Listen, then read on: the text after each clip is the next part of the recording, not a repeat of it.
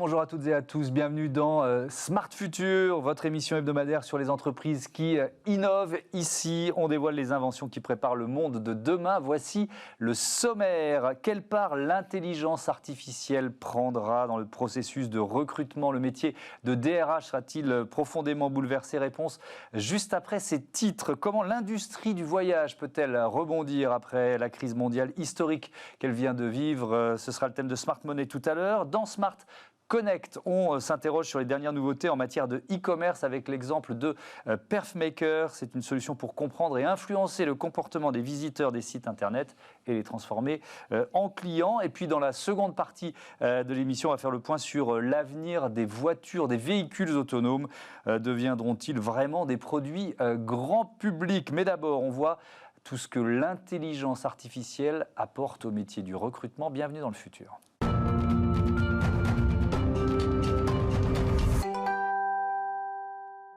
Les techniques de recrutement vont-elles radicalement changer d'ici 10 ou 20 ans? C'est notre débat avec Isabelle Rouan, bonjour. Bonjour Thomas. Présidente de Colibri, cabinet de recrutement spécialisé dans la transformation digitale. Vu publier Les métiers du futur, c'est aux éditions First. Et Caroline Renoux, bonjour. Bonjour Thomas. La fondatrice de Birdeo, cabinet de recrutement spécialisé dans les métiers à impact positif. Et vous publiez également Comment faire carrière dans les métiers de la RSE et du développement durable. C'est chez VA Presse. Alors, ma première question est assez traditionnelle dans cette émission. On se projette en 2040, on imagine, évidemment on fait des paris, donc on imagine un recruteur, un DRH en 2040, Caroline Renoux. Est-ce qu'il est un peu perturbé ou est-ce que finalement les fondamentaux sont les mêmes? Alors, perturbé, je ne sais pas, mais en tout cas, il y aura beaucoup plus de diversité dans les candidats, je pense, puisque l'inclusion, c'est quand même un sujet qui prend beaucoup d'importance aujourd'hui. Et donc, on peut imaginer que dans 20 ans, on aura quand même réussi à faire quelque chose. Et puis, alors ça, il commence déjà, le DRH, mais il passera autant un entretien que ses candidats en face pour vendre sa boîte et les jobs. Parce qu'il y a une inversion de logique, en quelque sorte, Isabelle? Quelque part, oui, le DRH du futur devient un agent de talent. Il faut savoir détecter les talents. Les profils sont de plus en plus divers. On manque aussi de profils technologiques. Donc, il y a une vraie dynamique qui est en train de se créer à ce niveau-là. Alors, c'est drôle, parce que moi, dans mes titres, dans la présentation, j'ai employé intelligence artificielle, et vous en parlez pas, Isabelle, pourquoi? Alors, on peut en parler, mais je pense que l'intelligence artificielle dans le recrutement sera simplement un accélérateur de la rencontre. Oui. C'est-à-dire que l'intelligence artificielle, aujourd'hui, elle permet de trier et filtrer certaines candidatures. Elle permet aussi, avec un algorithme comme La Bonne Boîte, qui a été développé avec Pôle emploi sur la base de données URSSAF, d'orienter, quand on est candidat, ces candidatures spontanées. Puisqu'en fait, quelque part, un recrutement, c'est d'abord une rencontre et c'est aussi une façon d'adresser les soft skills et de comprendre les compétences de savoir-être du candidat. Et ça ne peut pas se faire uniquement par un algorithme, même s'il y a aussi des solutions qui existent. Caroline Renoux, sur le rôle, on aura une chronique tout à l'heure sur un robot qui fait le travail de recruteur, oui. Donc ça sera intéressant de voir comment ça se passe en Suède, mais sur le principe général, qu'est-ce que vous en pensez de l'utilisation de l'intelligence artificielle dans le processus de recrutement? Je dirais c'est comme Isabelle, c'est quelque chose qui peut accélérer la rencontre. Oui. C'est un outil, comme tous les outils, il faut qu'il se perfectionne. Par exemple, Amazon, il y a 2 ou 3 ans, je crois, a arrêté parce que justement ce robot d'intelligence artificielle ne proposait que des hommes. Donc l'idée, c'est quand même... Je ne sais pas si celui qui avait créé le logiciel était un homme, mais il y avait un biais, quoi, de toute façon. Oui, c'est ça, c'est qu'en fait, ils apprennent tout seuls, donc ça reste des outils, mais il faut toujours l'humain derrière pour être sûr que les outils soient au service de la bonne cause. La crise sanitaire, elle a bouleversé évidemment nos habitudes, mais aussi les habitudes en matière de recrutement, notamment avec le recrutement à distance, peut-être dans vos métiers respectifs. Tiens, déjà, votre expérience personnelle, comment ça se passe depuis 1 an et demi, Caroline Renoux, pour commencer? Alors, effectivement, du jour au lendemain, on a fait énormément de recrutement en visio, nos clients aussi. Ça a permis à la fois d'accélérer énormément de choses. Après, je me rends compte que il y a aussi des petits biais. C'est-à-dire que le Zoom, c'est bien, mais quand il y a certaines choses qui passent pas non plus. Et je pense que là, à la fois, les rencontres physiques vont continuer. Néanmoins, je suis convaincue aussi qu'on continuera les entretiens en téléprésence, oui. Mais probablement qu'on essaiera d'améliorer les outils pour qu'il y ait une expérience un peu plus... C'est quoi les biais dont vous parlez ? C'est difficile à dire. Non seulement il faut être pro dans son entretien, mais en plus il faut savoir bien se cadrer. Et puis on voit juste une partie. C'est difficile d'avoir les petites conversations qu'il y a quand on est entre la salle d'attente et puis la salle d'entretien. C'est-à-dire que l'informel joue aussi un rôle, c'est ça, si je comprends bien. Bien sûr. Comme le disait Isabelle, ça reste de l'humain. Isabelle Rouan, je lisais en préparant l'émission que 50% des recrutements ont été réalisés à distance aux États-Unis depuis le début de la crise Covid. C'est quand même une mutation assez majeure, ça. Je ne sais pas ce qu'il en restera dans la durée, mais c'est une mutation assez majeure. C'est une vraie mutation assez majeure, et c'est vrai que moi, ce que je vois aujourd'hui au cabinet, c'est plutôt des modes de recrutement hybrides. C'est-à-dire qu'il y a peut-être 1 ou 2 sur une boucle d'entretien, 1 ou 2 entretiens qui va se faire en présentiel, le reste en distanciel. Et puis, ça nous rend aussi créatifs, parce que, comme le dit Caroline, le recrutement, c'est aussi une rencontre. Moi, j'ai eu le cas comme ça d'une candidate qui est allée se promener au Père-Lachaise, en extérieur, avec le client pour pouvoir discuter sans masque, à distance, dans un cadre ouvert. Et c'est vrai que ça m'a fait sourire au début, et j'ai trouvé que c'était une très bonne idée de rencontre, et c'est ça qui est important. Mais qu'est-ce qui manque ? Évidemment, il nous manque le fait, moi c'est comme quand j'ai un invité en visioconférence, c'est pas exactement la même interview, mais là, dans les critères qui peuvent amener à trouver un talent, qu'est-ce qui manque ? Il va manquer effectivement le contact humain, le savoir-être, il va manquer c'est plus difficile de montrer du leadership à travers un écran. Il y a des gens qui y arrivent très bien. J'ai une candidate comme ça qui a fait un très bon entretien de recrutement pour un poste de vendeuse. Elle s'était mise debout et elle a vraiment harangué son public. Et quand j'ai débriefé avec elle, elle m'a dit, mais en plus j'ai mis des super chaussures, alors qu'elle ne se voyait pas à l'écran. Donc il y a aussi des façons de twister le truc.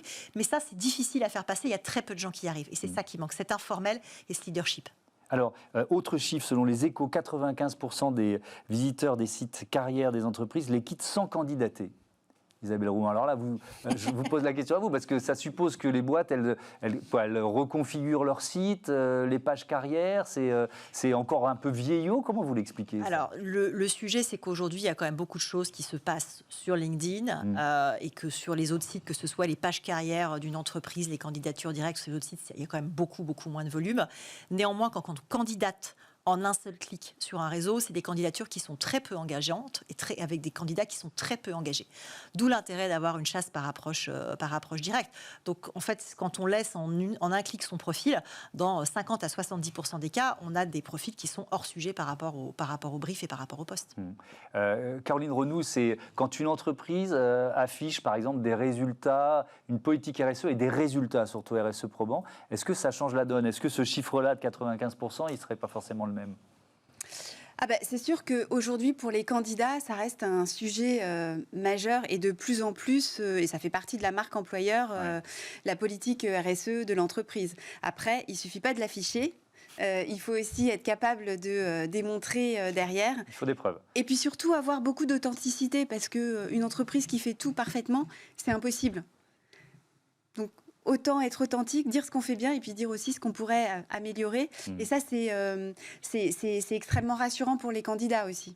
Alors, si je reviens à la question du début, vous dites que finalement, c'est peut-être simplement le levier de pouvoir ou la balance des pouvoirs qui va s'inverser entre candidats et recruteurs. Est-ce que vous avez d'autres innovations, d'autres évolutions en tête ? Ou alors, si vous aviez une baguette magique, qu'est-ce que vous pourriez changer justement à ce processus, Caroline Renoux ? Alors, si j'avais une baguette magique pour changer les choses, franchement, moi, c'est dès le départ, je ferai en sorte qu'il y ait plus d'inclusivité. Parce qu'aujourd'hui, alors, on parle beaucoup des algorithmes, de l'intelligence artificielle, mais ce qui fonctionne aussi énormément, c'est le réseau. Et le réseau, à un moment donné, si on n'a pas eu cette chance d'être au bon endroit au départ, c'est de plus en plus difficile d'être dans les bons réseaux. Mais oui, mais ça, c'est votre job de casser un peu la mécanique traditionnelle du recrutement, Isabelle Rouan. Oui, c'est notre job, en fait, d'aller chercher les candidats là où on n'aurait pas forcément eu l'idée d'aller les chercher. C'est notre job d'aller mettre de la diversité dans les shortlists, que ce soit en termes de genre, de génération, d'origine sociale et culturelle, de handicap ou d'orientation sexuelle. C'est notre job d'aller faire tout ça ça. Après, le sujet, c'est qu'effectivement, il ne faut pas être biaisé pour ça. Il faut essayer de lutter contre ses propres biais cognitifs. Moi, je participe à un projet qui est mené par Harvard, qui s'appelle le projet Implicite, qui fait des tests sur les biais cognitifs à très grande échelle dans le monde. Et je m'astreins à faire un test tous les 15 jours sur mes propres biais, juste pour reprendre conscience de mes biais. C'est une façon, en tout cas, je trouve que c'est une façon de faire, d'adresser ça régulièrement, parce que nous, en plus, on est en début de processus de recrutement, nous, les chasseurs de tête. Donc, si nous, on est biaisé alors qu'on est là pour élargir le jeu, c'est très compliqué. Vous êtes sur la même ligne ? C'est-à-dire qu'il faut d'abord être conscient de ses propres biais pour élargir le spectre des candidats qu'on va recruter ? Ah bah oui, c'est évident. C'est qu'à la fois, il faut qu'on soit conscient de nos propres biais, mais il faut aussi qu'on forme, qu'on éduque nos clients aussi. Mais voilà, c'est ce que j'allais vous dire, c'est les biais de vos clients aussi, bien sûr, c'est ce qu'ils cherchent eux. C'est même principalement, parce que la plupart du temps, ils ne s'en rendent pas compte. Ils sont très souvent de bonne volonté et ils n'ont pas envie de faire comme ça de biais. Mais alors, c'est quoi les bons arguments ? C'est l'efficacité, c'est si on a plus de diversité, un board plus paritaire, l'entreprise va y gagner, va être plus efficace.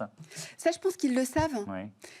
Ils le savent. Après, c'est quand ils sont, eux, face à prendre la responsabilité, c'est plus difficile. C'est toujours plus facile de recruter quelqu'un qui nous ressemble. On va revenir sur l'intelligence artificielle avec la chronique d'Olivia Hieré-Dobré. J'amorce parce qu'on s'appuiera et vous pourrez réagir après à sa chronique sur ce robot recruteur suédois, mais quand même quelques questions là-dessus. Est-ce que l'intelligence artificielle, justement, peut réduire le biais ou le risque d'erreur ? Parce que là, on a une machine. Vous nous avez dit qu'il y a eu des biais utilisés et on s'est rendu compte qu'il pouvait y avoir des biais, mais quand même, c'est une machine. C'est une machine et effectivement, tout dépend de quel type d'intelligence artificielle on utilise. Est-ce qu'on est sur du deep learning avec des notions pas du tout explicables, ou si on part sur une intelligence artificielle peut-être moins précise avec des marges d'erreur, mais où on sait quel driver et quel critère est utilisé pour sélectionner un candidat. Moi, un exemple que j'aime bien citer, c'est celui d'une start-up qui s'appelle Goshaba. Qui fait en fait du recrutement sur les soft skills sur la base de la gamification. C'est-à-dire qu'il considère qu'un CV est biaisé à plus de 80%, particulièrement sur les compétences de savoir-être. Et du coup, dans le processus de recrutement, les entreprises utilisent cette méthodologie-là pour faire jouer en fait le candidat en ligne, ce qui permet d'adresser si là ou non ces compétences de savoir-être-là. Et de façon à ce que ce ne soit pas biaisé, les compétences de savoir-être et les pondérations, elles ne sont pas juste décidées par la start-up, elles sont décidées job par job et entreprise par entreprise en fonction de comment on veut régler le curseur sur leadership, agilité. Donc ça, c'est un exemple. Mais effectivement, il faut être extrêmement vigilant parce que l'intelligence artificielle peut amener aussi à déployer des biais à très, très grande échelle, comme l'exemple que citait Caroline pour Amazon. Il y en a plein d'autres. Oui, alors un autre exemple, c'est le groupe de prêt-à-porter Beau Manoir. Alors, c'est les marques Cache-Cache, Morgane, Bonobo, par exemple. Il y en a beaucoup d'autres qui utilisent un chabot pour faire le premier tri de recrutement des vendeurs en magasin, Caroline Renaud. C'est comment vous appréciez, comment vous recevez une telle initiative ? Est-ce que, je vais essayer de faire attention aux termes que j'emploie, mais est-ce que pour des métiers peut-être à moindre valeur ajoutée, je mets plein de guillemets autour de cette expression, mais c'est plus facile d'utiliser justement un premier filtre de robots en fait. Je pense que oui, parce que si c'est bien paramétré, à nouveau, ça permet vraiment d'avoir davantage de diversité. Et puis ça évite aussi l'entre-soi et le fait d'aller chercher des gens qu'on connaît déjà. Mais ça fait surtout gagner du temps aux patrons de magasins, aux responsables de magasins qui vont avoir une liste de peut-être 5 ou 6 candidats plutôt que de devoir en éplucher 50. C'est les deux. C'est-à-dire que plutôt que de se contenter d'aller demander à son voisin s'il connaît quelqu'un qui, là on ouvre à tout le monde et ça permet aussi de gagner du temps. Alors on va, comme promis, parler de ce robot suédois tout de suite avec Olivia Hieré-Dobré.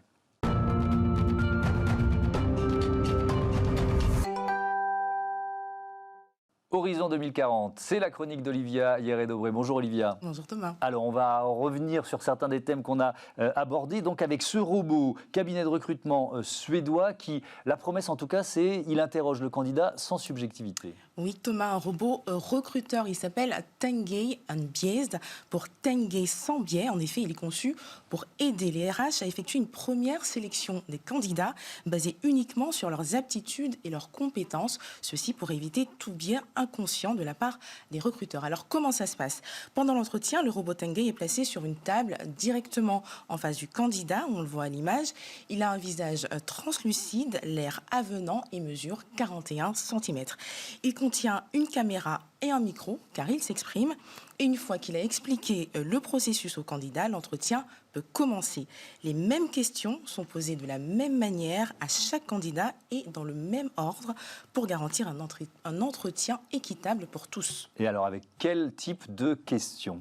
Alors par exemple, parlez-moi d'une situation de travail au cours de laquelle vous avez trouvé difficile de travailler avec des collègues et pourquoi. Et là, attention, si la réponse est floue, le robot demande au candidat de la préciser. Il va l'encourager avec des sourires, des hochements de tête et des Faites bien les ouais. Tout ça pour donner l'impression que c'est un être humain. Ouais. Et l'entretien va durer 20 minutes. Et à la fin, Tenguei remercie le candidat sans oublier de lui expliquer les prochaines étapes du recrutement. Alors, on parle d'un robot intelligent. Comment il discerne les bons candidats? Alors, c'est grâce à sa technologie conversationnelle. Il va évaluer les traits de personnalité des candidats en fonction de leurs réponses. Puis, il fait le lien avec les compétences requises pour le futur poste. Et enfin, il établit un score de performance. Et cette méthode de recrutement a été validée fin 2020 par des professionnels suédois de la psychométrie. Et donc, il est là pour aider le recruteur. Comment il aide le recruteur? Alors, il faut savoir que lors d'un entretien classique, un recruteur ne peut pas tout noter et tout écrire, tout retenir. En tout cas, Tenguei enregistre donc le discours du candidat qu'il convertit en texte en temps réel. Ensuite, les recruteurs reçoivent les retranscriptions de chaque interview pour décider quels candidats doivent passer à l'étape suivante du process. Évidemment, comme le recruteur ne voit pas le candidat, il peut juger sans prendre en compte son physique, son stress, ses émotions ou même sa façon de s'habiller. Et le robot pourrait réaliser 7 fois plus d'entretiens qu'un recruteur humain, ce qui peut être un gain de temps considérable. Est-ce qu'il est déjà utilisé, commercialisé? Oui, il a réalisé des centaines d'entretiens pour de grandes entreprises suédoises. Et maintenant que la version anglaise est sortie, les entreprises du monde entier peuvent louer le robot au cabinet de recrutement qui en est à l'origine. Bon, vous imaginez utiliser un robot comme celui-là, Isabelle Rouen? Je ne sais pas. Il a une bonne tête, hein, il a l'air sympathique. Caroline Renou? Je ne sais pas non plus. Ça vous laisse perplexe? Non, mais je pense que dans certaines situations, c'est peut-être probablement très pertinent. Mais en fait, moi, je trouve que dans un entretien, voir comment la personne se comporte, est habillée, le stress qu'elle a quand on lui pose des questions, ça donne aussi des indications. Et c'est intéressant. Oui, c'est-à-dire que ce qui peut être perçu par certains comme discriminatoire, c'est aussi une information pour un recruteur, c'est ça? On perd tout le non-verbal et moi, ça me pose réellement problème. Mais donc ça pourrait être un premier tri en quelque sorte qui est fait. Encore une fois, je reviens à l'exemple de Beaumanoir qu'on avait tout à l'heure. C'est-à-dire que c'est un robot qui aide le recruteur. C'est ce qu'expliquait Olivia. C'est un facilitateur de rencontres. Ça permet un premier tri et ça permet surtout d'aller gérer, je pense, un beaucoup plus grand nombre d'entretiens. Ça permet aussi, je pense, de donner systématiquement une réponse aux candidats parce qu'il n'y a rien de pire dans un process de recrutement quand vous avez des candidats qui se perdent en route et qui n'y ont pas et qui ne savent pas quelles sont les prochaines étapes et s'ils sont encore dans le process ou si rien ne se passe. Donc c'est aussi ça. C'est que c'est dans l'intérêt du candidat d'avoir quelque chose de plus fluide. Après, je pense que la rencontre humaine physique, elle est indispensable dans le recrutement et on peut pas la supprimer. Donc pourquoi pas en premier filtre. Après, sur des rôles de dirigeants comme ceux que moi je suis amenée à faire, je ne suis pas convaincue que ce soit quelque chose qui puisse susciter l'adhésion dès le départ, parce qu'on vend aussi un poste, on vend un projet, on vend une entreprise. Bon, l'humain restera au cœur du recrutement. Voilà la leçon générale de ce débat. Merci à toutes les deux. Merci Olivia. On va revoir évidemment vos livres, Les métiers du futur. Isabelle Rouen, c'est publié chez First. Et puis Caroline Renou, Comment faire carrière dans les métiers de la RSE et du développement durable. C'est chez VA Presse. Merci encore une fois. On parle d'argent tout de suite et l'industrie du voyage au menu. Retrouvez Smart Money au cœur de Smart Future avec eToro, leader mondial des plateformes de trading social.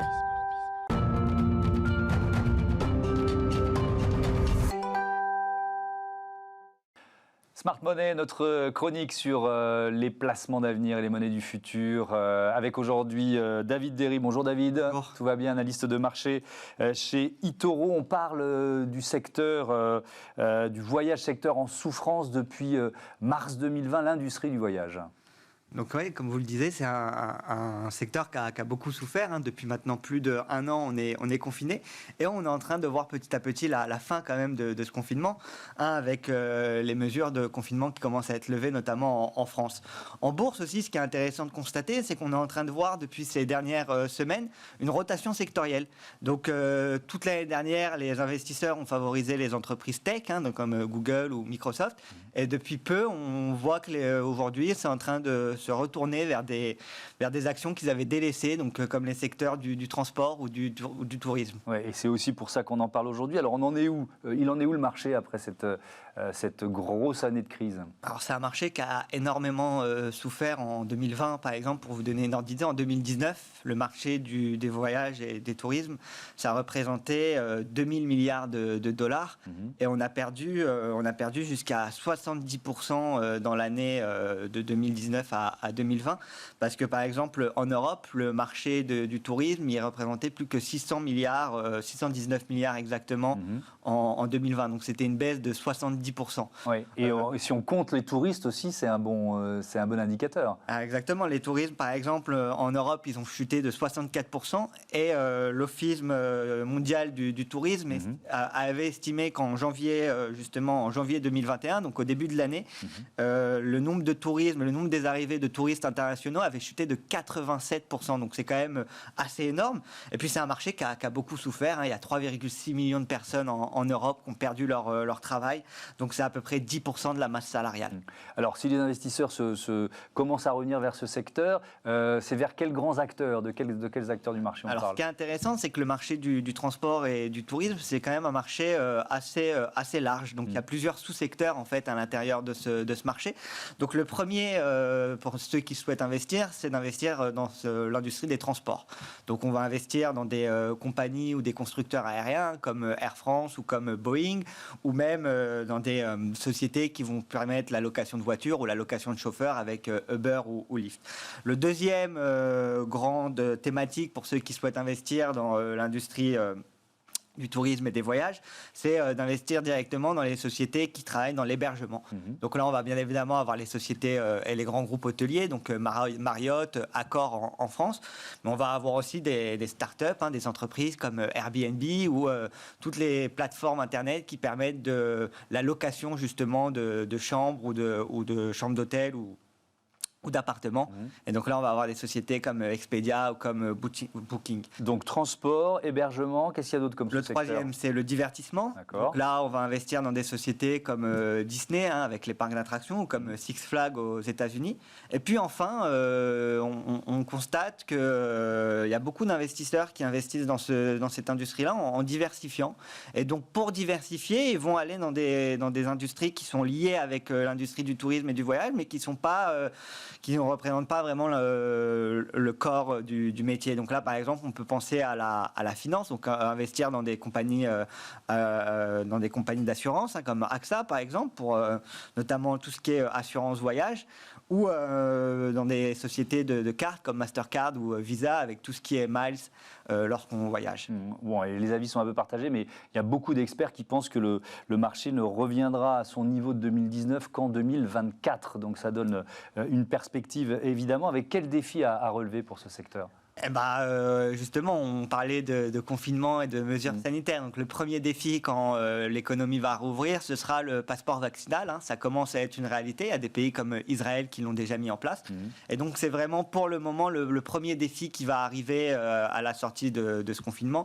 Et puis ensuite, dans un second temps, on aura des thèmes qui vont revenir sur le devant de la scène, qui ont été oubliés un petit peu ces derniers temps. Mais par exemple, un grand débat dans le tourisme et dans l'industrie du tourisme, c'est le tourisme de masse qui touche beaucoup de monuments historiques. Donc, ce sera vraiment les deux débats, et puis aussi le fait de faire en sorte que le tourisme devienne de plus en plus écologique. Donc le passeport vaccinal, le tourisme écologique et réduire le tourisme de masse, ce sera vraiment les trois grands défis pour les prochaines années. Merci beaucoup, merci David Derry. Je rappelle que vous êtes analyste de marché chez eToro. On passe à notre plongée dans les coulisses du e-commerce. C'est Smart Connect tout de suite.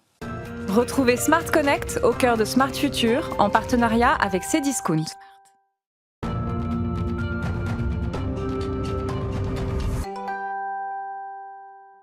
Smart Connect avec Gilles Tanucci, le cofondateur de Perfmaker. Bonjour. Bonjour Thomas. Bienvenue. Quand l'avez-vous créé? Avec quelle idée, quelle ambition? Alors ça fait 3 ans maintenant qu'on existe. On est 3 cofondateurs sur le projet. Et notre idée, ça a été de pouvoir proposer une solution technologique pour nos clients qui permettrait de comprendre pourquoi les visiteurs sur leur site internet ne sont pas clients, d'une part, et d'autre côté, leur proposer des actions clés en main pour qu'ils le deviennent. Donc en gros, l'idée, c'est de pouvoir proposer une solution pour voir, comprendre et agir sur son site à partir du même endroit. Ça veut dire que quoi? Vous avez imaginé, il y a tous les scénarios possibles, ou encore beaucoup, en tout cas beaucoup de scénarios possibles, c'est ça? Vous pointez le doigt justement sur ce qu'on propose, c'est de réunir un espèce d'hub d'expérience où on a réuni en fait toutes nos idées, tout ce qu'on a pu voir au quotidien. On a près de 400 expériences sur la plateforme et ce ne sont pas juste des idées, ce sont des actions matérialisées dans la technologie et qu'on peut mettre en œuvre directement sur le site internet en quelques clics, sachant que de toute façon, on accompagne toutes les marques avec un chef de projet et ce n'est pas juste un énième outil qui va être au fin fond de la pile de liste de nos clients.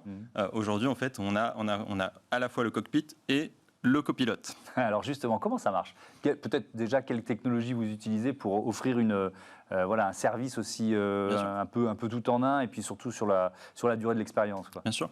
Alors les technos, c'est une techno qui est maison. Bien entendu, on s'appuie sur les dernières technologies du marché pour optimiser tout ce qui est traitement de data, l'infrastructure, etc. C'est pas mon domaine, c'est le domaine de mon associé.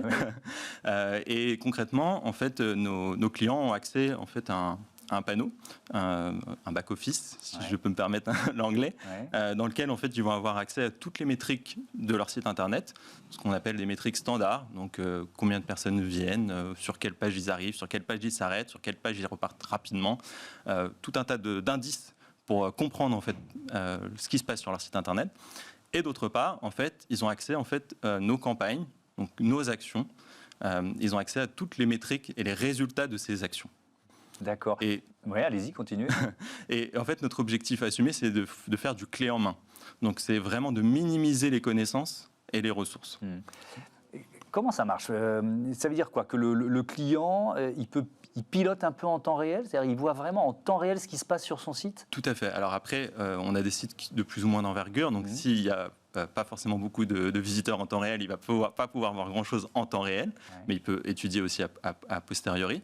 Et en effet, en temps réel, en fait, on voit ce qui se passe sur son site internet, le comportement des visiteurs, et en temps réel, on peut appliquer des rustines, pourquoi pas, pour pallier à un possible départ du site internet ou pour booster le site internet. Donc c'est quoi? On joue avec le comportement du visiteur pour le transformer en client. Ça, c'est évidemment l'objectif de tous les sites marchands et c'est normal. On essaye de l'influencer un petit peu? C'est ça. Alors, on l'influence même si nous, on fait attention à ce qu'on appelle les bulles de filtre et c'est important pour nous de laisser libre cours aux clients. Quand on rentre dans un magasin, on peut avoir envie d'acheter une paire de baskets bleues mais un t-shirt jaune. Oui. Et on n'a pas forcément envie qu'un vendeur vienne tout de suite vous parler. Chacun a son, le but, c'est pas de l'agresser. Justement, nos expériences sont immersives. C'est pas des expériences en fait, qui viennent popper en plein visage du visiteur et l'agresser. Donc le but, c'est d'être assez immersif et c'est d'aller l'inciter avec des messages de réassurance, des recommandations produits ou prévoir même des expériences qui vont au-delà de ça, montrer l'engagement de la marque. Puisque là, on vient de lancer en fait, une expérience de shopping solidaire où si la marque en fait, souhaite faire un don, et afficher ce don sur chaque vente auprès de ses visiteurs, elle va laisser le visiteur, l'acheteur en l'occurrence, choisir quelle association soutenir. Donc ça peut être des associations écologiques, des hôpitaux, des instituts, des ONG, etc. Et en fait, il a un seul point de contact, Perfmaker, et une seule facture, une seule intégration technique, rien d'autre à faire. Vous êtes, je mets des guillemets, jugé sur quoi dans la relation que vous avez avec votre client? Sur la capacité à transformer un visiteur en acheteur, justement? C'est ça que recherche le client? C'est la ligne finale du bilan, bien entendu. Mais en vrai, nous, on est jugé sur l'engagement global, c'est-à-dire que pour que le visiteur achète à la fin, il faut déjà qu'il reste sur le site internet, qu'il reste plus longtemps, qu'il visite davantage de contenu et à la fin, bien entendu, il va acheter. Et nous, en fait, quand on dit qu'on optimise l'engagement, tous nos scénarios ont pour vocation de le faire avancer dans ce tunnel-là. Et donc, on est déjà jugé à partir du moment qu'on arrive à faire rester le visiteur. Et c'est déjà un premier enjeu. C'est déjà une première victoire. Vous en êtes tout de votre développement et comment vous voyez la suite, l'avenir de Perfmaker? on le voit très bien la suite. Les entrepreneurs, ils sont optimistes par nature. Non, on a été un petit peu secoué comme tout le monde sur la crise du Covid en toute logique. Logique qui s'applique à nous puisqu'on avait la moitié de notre chiffre d'affaires qui était dans le tourisme. Donc forcément, les budgets sont coupés. À ce niveau-là, on ne va pas forcer nos clients à payer. Bien entendu, c'était loin de là notre volonté. Mais ça nous a permis aussi de travailler sur d'autres expériences et d'autres outils, d'autres features sur notre plateforme. Aujourd'hui, on est fiers de se dire qu'entre la fin du premier confinement et maintenant, on a fait x4.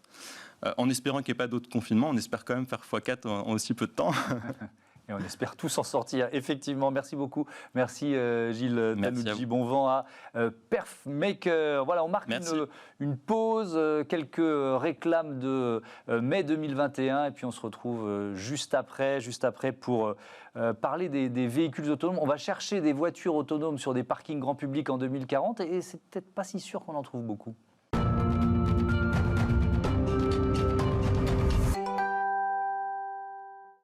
La seconde partie de ce Smart Future consacrée, comme chaque semaine, aux nouvelles mobilités, à la ville intelligente.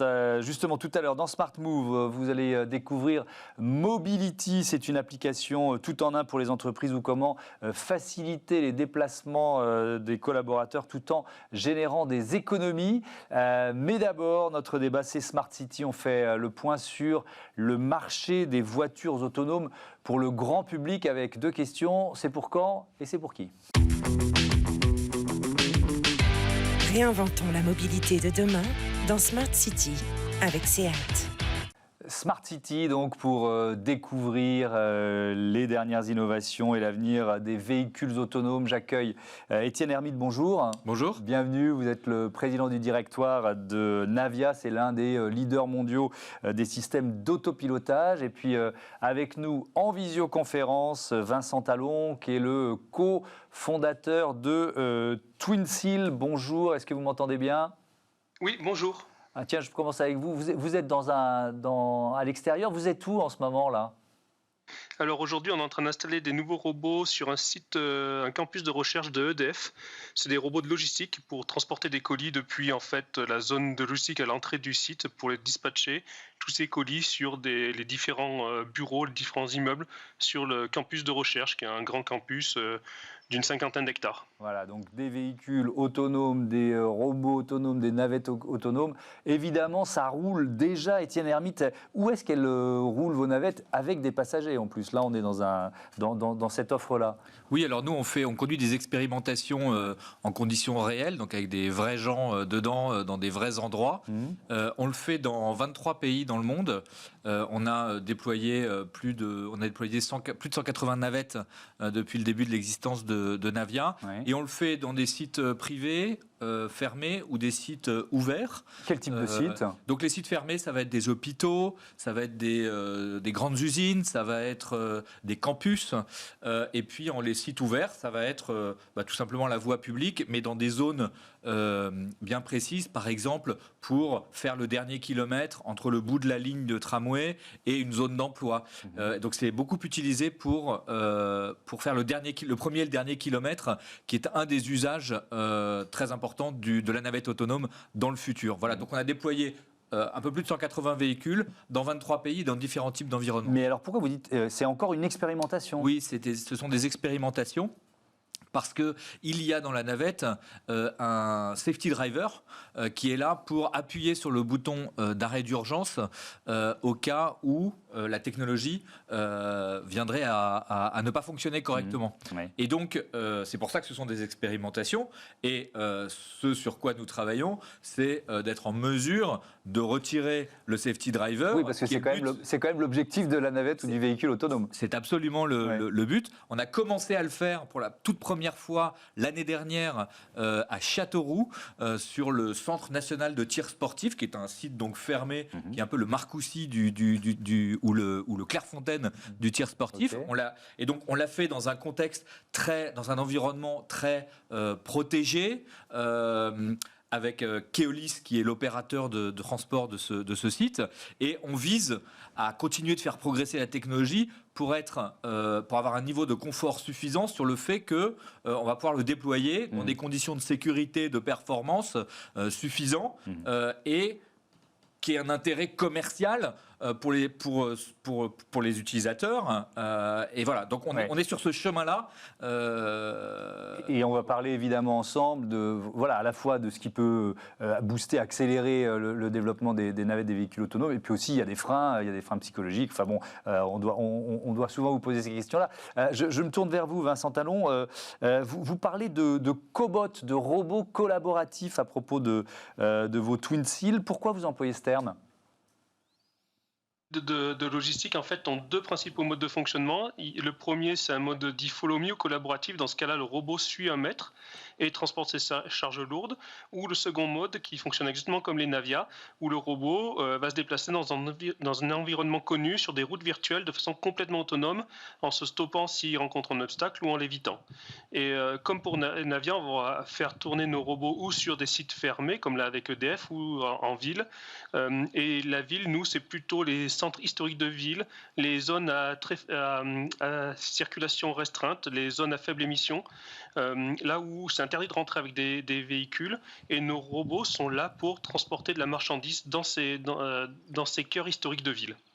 Et alors, quelle taille font-ils, vos robots ? Parce que là, on voit des images qui illustrent vos propos, notamment le mode « Suis-moi », le mode « Follow me ». Donc, jusqu'à quelle taille peuvent-ils aller, ces robots ?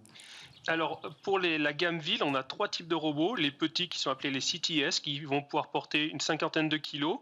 On va avoir les CTM, qui sont capables de porter 150 kilos. Et les plus gros, les CTL, qui portent 300 kilos. Et le plus gros, il fait 80 cm de large, 1,30 m de long et 1,80 m de haut, pour vous donner à peu près la dimension.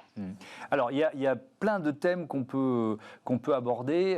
Il y a d'abord le côté technique. Et je reviens vers vous, Étienne Hermite.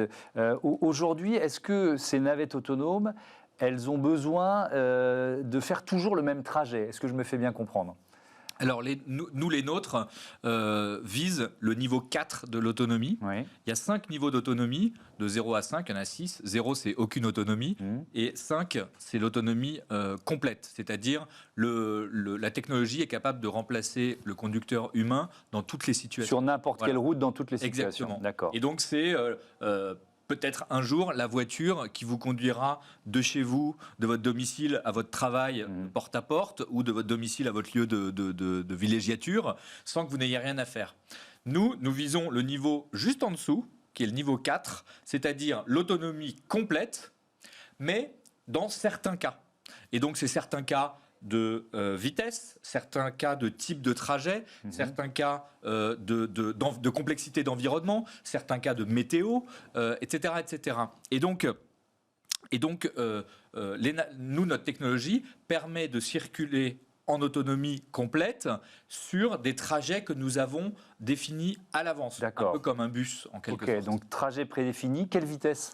À des vitesses qui aujourd'hui sont autour de 20 km/h, ce qui est suffisant dans un certain nombre de cas, et notamment pour des distances qui sont pas trop longues.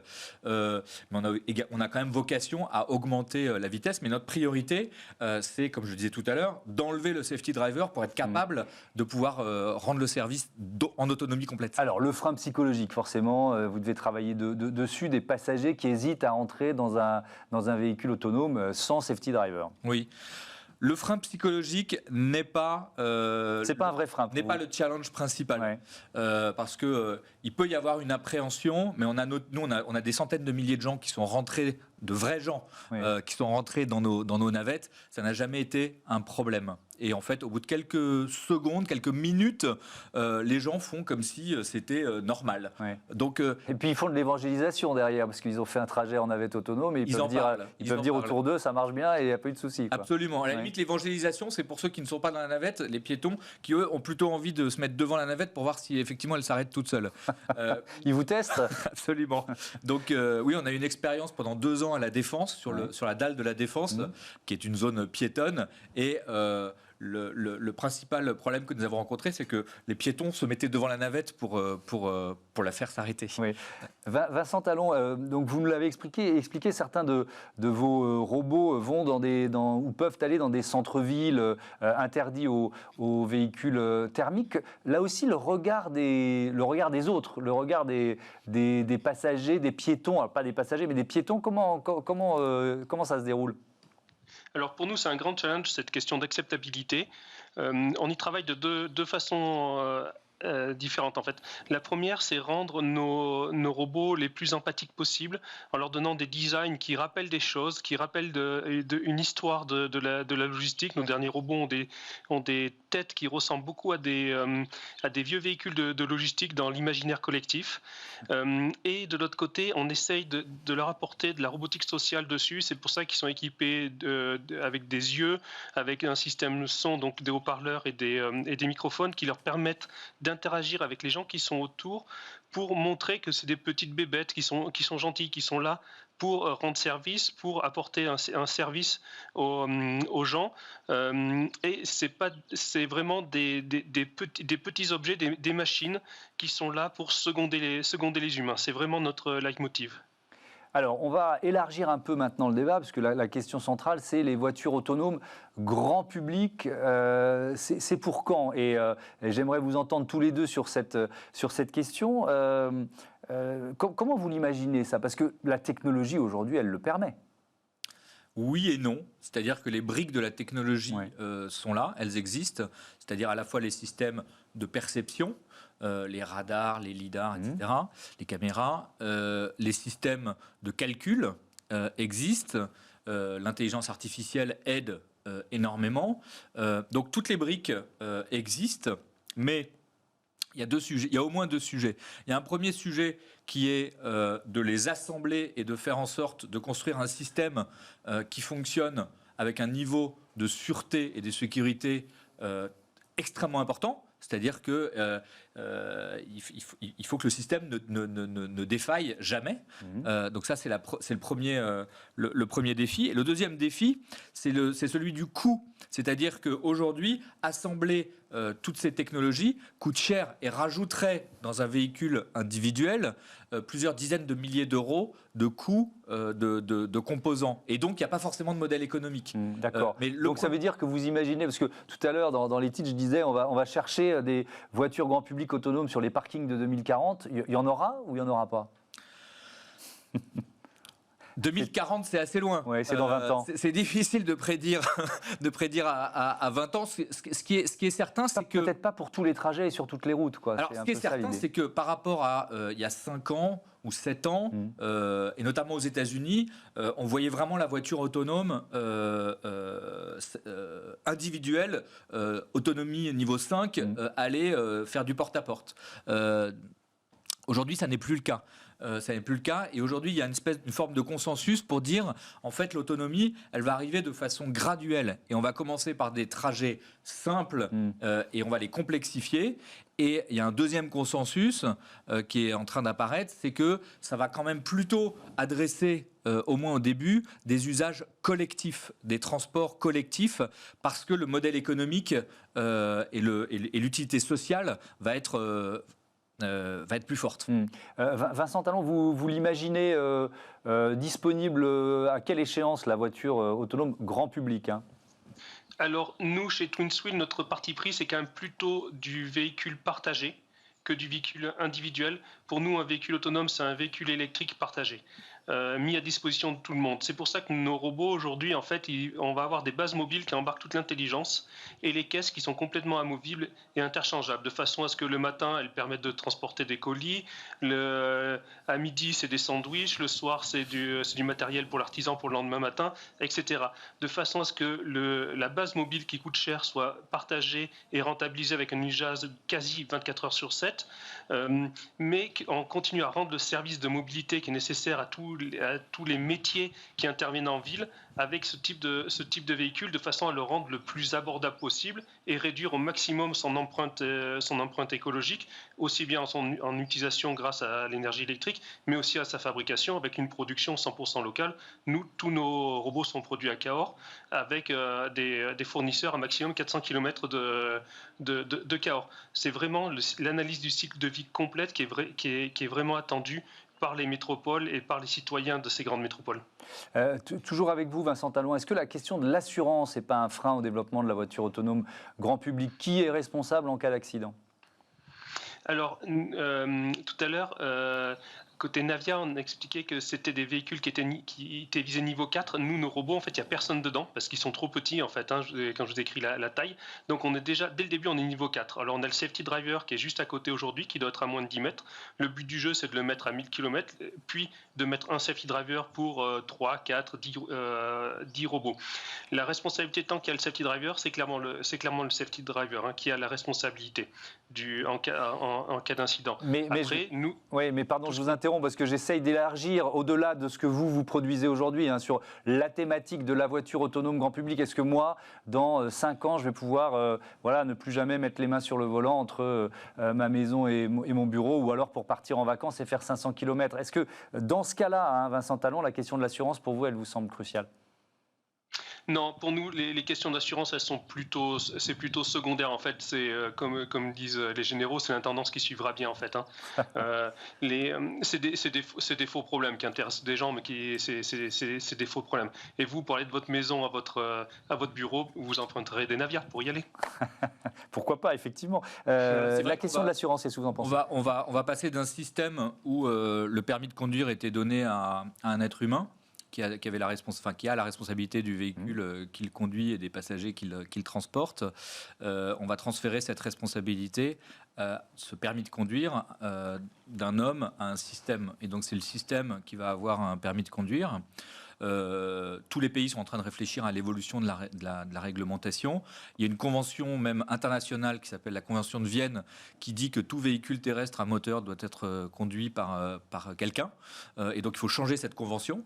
Et donc les législations évoluent. La responsabilité sera au système. Et donc les assurances vont suivre, effectivement. C'est-à-dire que en cas d'accident, celui qui est responsable est assuré, et donc le système sera responsable. Ça veut dire aussi qu'il faudra être capable d'auditer les systèmes en amont. C'est-à-dire qu'ils vont être certifiés en disant oui, ce système, un peu comme si un système passait le permis de conduire, si vous voulez, en amont pour dire oui, il est capable de conduire, et puis en aval, quand il y a un accident, de rejouer le match pour comprendre ce qui s'est passé et sanctionner le coupable. Est-ce que chaque accident médiatisé, finalement, freine pas le développement de la voiture autonome grand public? Là, il y a eu un accident mortel avec une Tesla il y a quelques semaines. On a un peu l'impression que on redescend brutalement plusieurs marches parce qu'il y a toujours ces freins. Alors vous dites psychologique, c'en est pas vraiment un, assurance, c'en est pas vraiment, mais malgré tout, c'est l'impression que moi j'ai. Non, tout à fait. L'acceptabilité, je veux dire, aujourd'hui, il y a 1 million de morts par an sur les routes dans le monde. Les voitures continuent on est habitué, en fait. On est habitué à vivre dans un monde dans lequel il y a 1 million de morts par an sur les routes. Et il viendrait à l'idée de personne de dire il faut arrêter de faire rouler ces objets, c'est extrêmement dangereux. En revanche, si demain j'arrive et que je vous dis j'ai inventé un super moyen de transport, le seul problème c'est que ça va faire 1 million de morts par an, probablement ce système de transport n'arrivera pas parce que c'est pas acceptable d'avoir un nouveau système.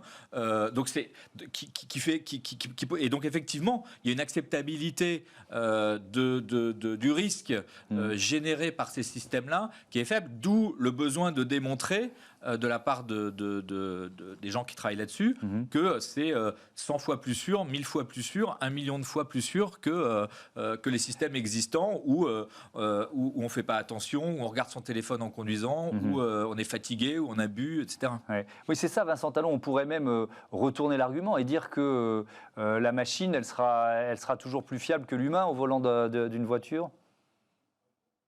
Typiquement, nous, en ville, nos robots, quand on est sur des aires piétonnes, on ne dépasse pas le 6 km/h. C'est la réglementation. On n'a pas le droit de rouler plus vite que la vitesse au pas. Quand vous déplacez en marchant dans une rue piétonne, le livreur à vélo ou en cargo bike ou même le scooter ne respecte jamais le 6 km/h. Nous, notre véhicule autonome va toujours respecter le 6 km/h parce qu'il est responsable en fait. Et parce que justement, il a passé cette sorte de permis de conduire et il s'engage à le respecter. Et une machine respectera le permis de conduire là où l'homme ne va pas le respecter. Nous, on le voit clairement, tous les incidents, on n'a jamais eu d'accident et on touche du bois pour pas en avoir, mais tous les incidents qu'on a eu avec nos robots, c'est parce que c'était une personne qui était sur son vélo en train de téléphoner, qui ne nous a pas vus en fait. Et on a beau lui envoyer des flashs, faire sonner une alarme, il ne nous voit pas, il va nous rentrer dedans en fait. La réglementation, Étienne Hermite, elle est en train de changer. Il y a des autorisations qui sont quasiment à nos portes, là, c'est ça? Oui, alors aujourd'hui, il y a eu plusieurs évolutions législatives qui ont ouvert la possibilité pour des acteurs comme nous de faire des expérimentations. Aujourd'hui, ce sont des régimes dérogatoires pour des expérimentations. Mais maintenant, on est en train de passer à la phase suivante. Il y a un premier décret qui a été passé il y a quelques jours, seulement en avril, pour le niveau 3, c'est-à-dire qui va donner la possibilité à des systèmes, donc à délégation de conduite, effectivement de conduire tout seul. Dans certaines conditions, mais avec un conducteur qui doit pouvoir reprendre la main dans un certain délai. Ouais. Le niveau 4, c'est un peu différent parce qu'il n'y a plus de safety driver où le superviseur, il est remote, il est loin, il est débarqué. Il est dans un poste de contrôle dans lequel il va superviser plusieurs véhicules. Donc cette législation-là, elle n'existe pas encore, mais elle est dans les tuyaux et on vise fin 2022, courant 2023, pour avoir la possibilité de faire du niveau 4, pas sous forme dérogatoire, mais permanente. Dernier mot, j'essaie d'imaginer l'autoroute. On pourrait avoir une file dédiée sur l'autoroute pour les véhicules autonomes, par exemple? Oui, alors sur les autoroutes, c'est possible, ou même sans fil dédié, parce que changer de fil pour un système de conduite, c'est facile. C'est possible, dans un environnement très contraint comme l'autoroute. Non, le sujet, ça va plutôt être dans un environnement urbain ou périurbain. Est-ce qu'il va y avoir des fils? Parce que là, c'est beaucoup plus compliqué. Il se passe beaucoup plus de choses. Il y a des piétons, il y a des animaux, il y a des ballons, des enfants, etc. La vie, donc, il y a la vie. Et donc, c'est plutôt dans ces zones-là, effectivement, qu'il y a toute une réflexion autour de l'aménagement de la ville qui peut se faire.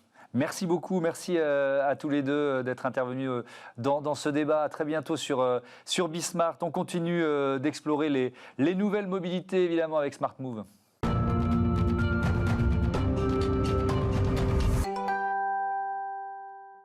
Smart Move avec Luca Quinonero, le président fondateur de Mobility, qui est avec nous en visioconférence. Bonjour, bienvenue. C'est quoi Mobility? Bonjour. Merci pour cette invitation. Mobility, c'est une application qui vous permet d'accéder en un clic à toutes les solutions de mobilité durable partout en France. Et vous l'avez créé quand? On a été créé en 2016. C'est une société qui a quelques années. On est spécialisé dans la mobilité depuis le départ. Et Mobility est une solution qui est déployée auprès d'entreprises depuis maintenant 2 ans. Oui, parce qu'effectivement, votre cible, vos clients, ce sont les entreprises. Alors, on peut peut-être essayer de comprendre, de voir quels sont les différents services qui sont proposés? Tout à fait. Donc, c'est une application qui va permettre de faciliter et vraiment de rationaliser les déplacements des collaborateurs. Dessus, vous allez pouvoir retrouver vos services de transport grand public comme les transports en commun, le vélo. Vous allez pouvoir retrouver vos modes de transport personnels, votre voiture, la marche à pied, votre vélo électrique que vous auriez acheté, mais vous allez également pouvoir retrouver les modes de transport de votre employeur, des services de covoiturage. Vous allez pouvoir avoir l'accès à un parking, aux navettes de votre entreprise. On a vraiment cette particularité de pouvoir intégrer n'importe quelle solution de transport, et ce, sur tout le territoire français. Qui sont vos clients aujourd'hui, et puis qu'est-ce que ça leur apporte aussi comme connaissance de leurs collaborateurs, de leurs salariés? Tout à fait. Alors, on travaille principalement avec des grandes entreprises comme Hewlett-Packard, comme HEC, comme Jeffco, comme OnePoint. Ces employeurs ont vraiment pour souhait, pour objectif de faciliter, d'améliorer le bien-être de leurs collaborateurs sur ces déplacements quotidiens qu'ils ont été habitués à faire avant la période Covid et qui vont être de nouveau réhabitués à faire dès qu'on aura eu la possibilité de revenir au bureau. Donc ça, c'est le premier objectif. On va avoir un objectif de réduction carbone en vraiment essayant de bouger les habitudes, d'inciter les gens à aller vers des comportements plus éco-responsables, des mobilités plus durables avec le vélo, la trottinette, la marche à pied. Et enfin, on va pouvoir également agir sur les économies de l'entreprise, les économies financières en rationalisant un certain nombre de dépenses qui peuvent avoir liées à la mobilité, en ayant une meilleure gestion de son parking, en ayant une meilleure gestion de sa flotte de navettes par exemple. Est-ce qu'il peut y avoir des freins, notamment dans la réaction ou les discussions, les négociations avec des partenaires sociaux, avec, voilà, ça doit être une critique qu'on vous fait souvent, une forme de surveillance des déplacements, de l'amplitude horaire, du travail des salariés ? Alors non, non pour deux raisons. La première, c'est que c'est vraiment un outil, c'est une application qui est pour le collaborateur. Donc on vient lui rendre un service, donc on n'a pas de blocage à ce niveau-là. Et sur la partie surveillance, qui dit application dit évidemment qu'on collecte de la donnée. Cette donnée, elle est anonymisée. Et l'employeur, on va lui mettre à disposition une plateforme web qui s'appelle Mobility Insights, qui permet de suivre des indicateurs comme le nombre de fois qu'ont été utilisés les vélos ou tel mode de transport, le bilan carbone de l'entreprise, mais toutes ces données sont anonymes et on ne peut pas traquer un collaborateur en particulier. Comment ça se passe ? Tout commence par quoi ? Un diagnostic de mobilité ? Tout à fait. On a une méthodologie qui est assez simple. On fait un petit diagnostic qui permet d'avoir une vision claire de quelles sont les solutions en place, quels sont les objectifs, quels sont les problèmes que peuvent rencontrer les collaborateurs. Ensuite, on va essayer d'aller plus loin. On a une stratégie qu'on appelle la formation des champions. On vient, en fait, dans l'entreprise, sélectionner des volontaires qui sont représentatifs des collaborateurs, qui vont pouvoir verbaliser les problèmes qu'ils rencontrent au quotidien, ce qui nous permet, nous, d'adapter les messages de Mobility, mais également d'adapter l'application qu'on va mettre à disposition pour ensuite la déployer sur un site ou plusieurs sites. Qui sont vos partenaires ? Parce que pour faire fonctionner une appli comme Mobility, il faut des partenaires. Alors tout à fait, aujourd'hui on a plus de 150 solutions de mobilité qui sont référencées sur l'application. Ça va vraiment du transport en commun dans toutes les villes françaises. Vous allez avoir également, on va travailler avec des sociétés comme Klaxit pour le covoiturage, on va travailler avec des sociétés comme Zouv pour le vélo, mais voilà, d'autres acteurs également, l'idée étant qu'on ait une offre la plus complète possible sur tout le territoire. Ça veut dire qu'il y a quand même des critères de sélection ? Il y a des critères de sélection. Alors, on va avoir plusieurs types de modes de transport. Il y a des modes de transport qui sont grand public que vous pourriez utiliser dans votre quotidien et on va avoir des modes de transport qui vont être dédiés à une entreprise mis à disposition par un employeur et là on va avoir une sélection assez stricte pour bien garantir la viabilité du partenaire et s'assurer qu'il répond parfaitement aux objectifs de l'employeur et de ses collaborateurs. Oui, donc je retourne à la question, ça veut dire qu'il y a certains avec qui vous préférez ne pas travailler ou alors certains de vos clients qui disent on veut pas travailler avec telle ou telle société ? Voilà, c'est notre rôle aussi en tant qu'agrégateur de transport, d'assistant de mobilité, de vraiment comprendre les avantages, les forces, les faiblesses des différentes solutions de transport et de pouvoir avoir un rôle de conseil également pour l'entreprise. Merci beaucoup, merci Luca Quignonero, à bientôt sur Bismart, bon vent à Mobility. Voilà, c'est la fin de cette émission. Un grand merci à Olivia Hierret-Dobré qui travaille à mes côtés sur cet hebdo et aussi sur la quotidienne Smart Impact. Merci à toutes les équipes techniques et éditoriales de Bismart. Je vous donne rendez-vous la semaine prochaine et dès lundi pour l'émission de la RSE, la responsabilité sociétale et environnementale des entreprises. C'est Smart Impact. Salut à toutes et à tous. Vous pouvez revenir en mai 2021. Ce programme vous a été présenté par SEAT.